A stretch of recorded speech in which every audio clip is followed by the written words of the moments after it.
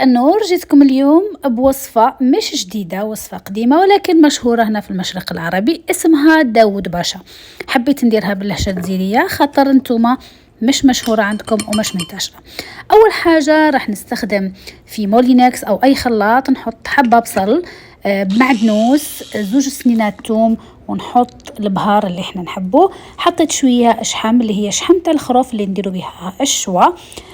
حطيت فلفل كحل، الملح كما قلت لكم، شويه لي زيبيس، حطيت راس الحانوت، حطيتهم مليح في الميكسور وعجنتهم مع لا فيونداشي، ومن بعد درتهم كرات صغيره وراح نقليهم بشويه زيت، نقلبهم مليح على نار عاليه حتى ياخذوا هذاك اللون الدوغي الذهبي، ونقولوا باللي راهم طابوا مليح مليح.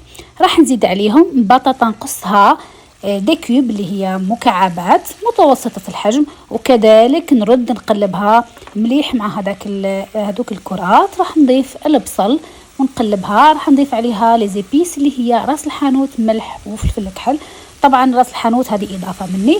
راح نضيف عليها مغرف كبيرة ممسوحة من الطحين اللي هي لافاغين، نقلبها مليح. ومن بعد راح نضيف عليها طماطم كسوسوا، طماطم طازجة مرحية، وكذلك معلقة كبيرة من طماط كونسونطري، ونضيف الماء ونغطيها. طبعا قرن الفلفل لازم نغطيوها ونخليوها على نار مهيلة حتى تطيب براحتها كي تتسبك. طبعا هذا راجع لكم، تحبوا تخلوها بشوية مريقة، تحبوا تنشفوها.